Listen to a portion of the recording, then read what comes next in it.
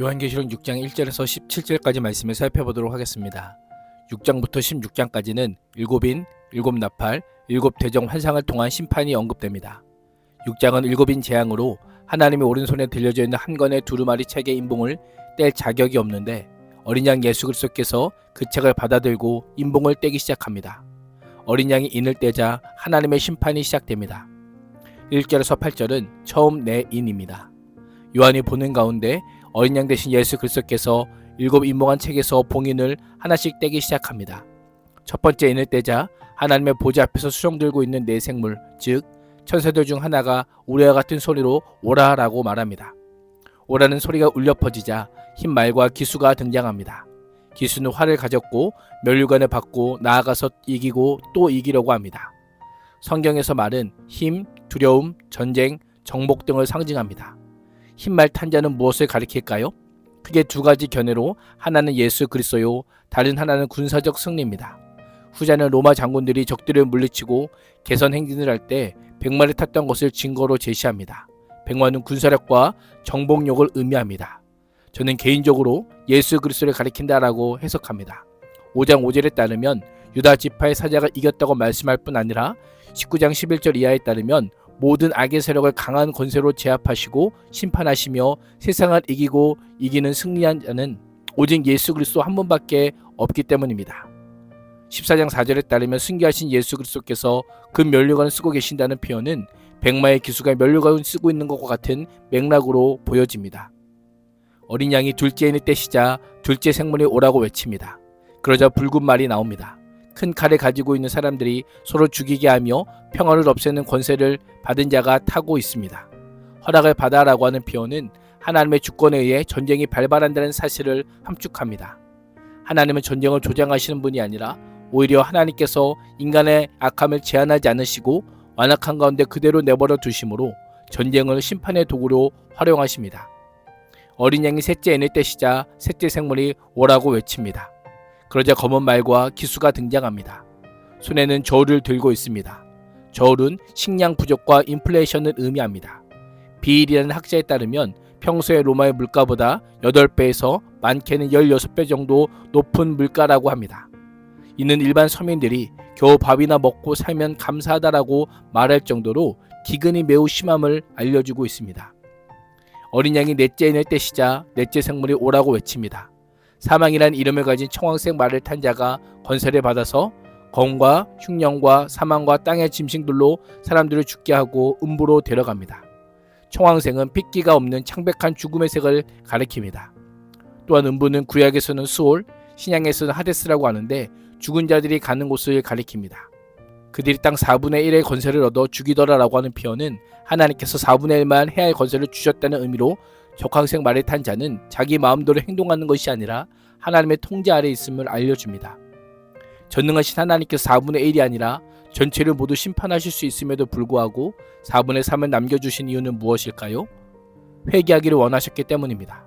하나님의 심판을 즐겨하시는 분이 아니라 모든 사람이 회개하고 구원에 이르기를 원하시는 자비로우신 하나님입니다. 인류가 범죄한 직후 곧장 인간을 멸하지 않으시고 심판의 때로 종말을 미루시고 오래 참으신 하나님 앞에서 우리는 어떻게 살아가고 있습니까? 임박한 심판 앞에 아직 돌아올 시간이 있음을 안다면 겸손히 회개하는 삶을 살아야 합니다. 회개를 촉구하신 하나님의 음성을 듣고 속히 주께 엎드리는 인생이 되어야 할 것입니다. 9절에서 11절은 다섯째 인입니다. 어린 양이 다섯째 인을 떼시자 요한의 눈에 보이는 것은 더 이상 말과 기수가 아니었습니다. 하나님의 말씀과 그들이 가진 증거로 말미암아 죽음을 당한 영혼들이 하늘의 제단 아래에 있는 모습을 보게 됩니다. 이들은 예수 그리스도의 복음을 전하며 말씀대로 살다가 죽임당한 순교자들을 가리킵니다. 하늘 제단 아래에 있다는 것은 하나님 앞에 희생제물처럼 자신의 피를 쏟아 부었음을 의미합니다. 순교자들이 하늘 제단 아래서 무엇을 하고 있습니까? 하나님께 큰 소리로 간청합니다. 거룩하고 참되신 대주제여, 땅에 거하는 자들을 심판하여 우리 피를 갚아주지 아니하시기를 어느 때까지 하시려 하나이까라고 부르짖습니다. 이들은 땅에 거하는 자들을 심판하여 자신들의 억울함을 신원해달라고 간청합니다. 자신들의 핏값을 갚아달라는 것입니다. 이들의 소리가 어떻게 들리십니까? 원수를 사랑하고 축복해야 하는 그리스도인이 심판을 외치는 것, 심판하여 달라는 것은 매우 이상해 보입니다. 어떤 의미일까요? 원수를 미워하지 말고 사랑하라는 것은 그 사람이 지은 죄와 악을 용납하고 사랑하는 것이 아닙니다. 기회가 있을 때 돌이키고 회개하여 새로운 사람이 되기를 바란다라고 하는 의미입니다. 그들이 원하는 것은 복수가 아니라 하나님의 정의가 세워지는 것입니다. 그러나 각각 그들에게 흰 두루마리를 주시며 아직 잠시 동안만 쉬되 그들의 동무종들과 형제들도 자기처럼 죽임을 당하여 구수가 차기까지 하라라고 하는 말씀을 듣습니다. 아직도 의론자들의 고난과 순교가 계속될 것이요 그 숫자가 채워져야 함을 알려주고 있습니다. 12절에서 17절은 여섯째 인입니다. 어린 양이 여섯째 인을 떼시자 더 큰 재난이 옵니다. 전쟁과 기근과 지진이 일어납니다. 우주적인 질서가 한순간에 다 파괴되고 눈에 보이는 만물이 다 죄로 변하는 우주적인 대파국이 있습니다. 마지막에 하나님을 따르지 않는 자들에게 내려지는 심판의 위중함이 어떠한지를 분명히 보여줍니다. 피할 곳이 없습니다.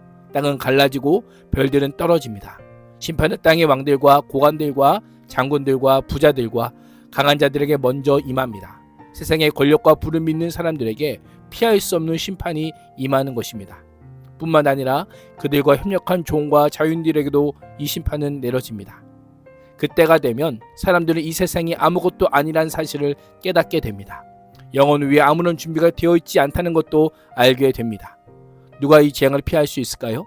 어린 양의 진노를 피할 수 있는 사람은 오직 어린 양의 피로 보호를 받는 사람뿐입니다. 진짜 두려워하고 사모해야 할 분이 누구인지를 분명히 깨닫게 될 것입니다. 교회와 성도를 박해하던 세상은 모두 심판에 당하고 이를 통해 성도의 순결함이 입증되고 하나님의 정의와 공의가 증명될 것입니다. 오늘 하루도 예수 그리스도 어린 양의 보혈을 의지함으로 하나님 앞에 담대히 설 수 있는 자로 준비될 수 있기를 주님의 이름으로 축복합니다. 기도하겠습니다. 하나님, 어린 양의 진노에서 피할 곳은 아무것도 없음을 알게 하시고 오직 여호와만을 나의 피난처로 삼게 하여 주옵소서. 예수님의 이름으로 기도합니다. 아멘.